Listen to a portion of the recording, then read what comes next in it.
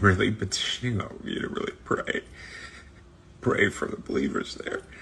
There's so much that is going on and so much that is happening.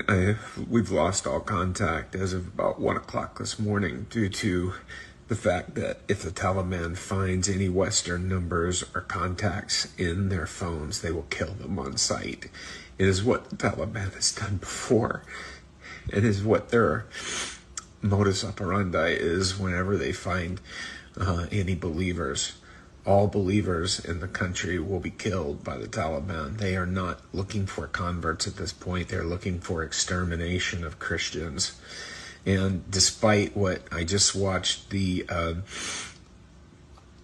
of the Taliban leaders in Doha just give a talk on the BBC, and I'm telling you, these people are full of lies. They have no plan for good for the country of Afghanistan.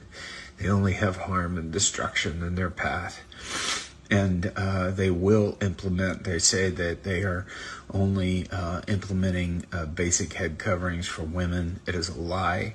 They will institute total covering of all of the women's body and for it not to be seen, and eliminate women education throughout the country.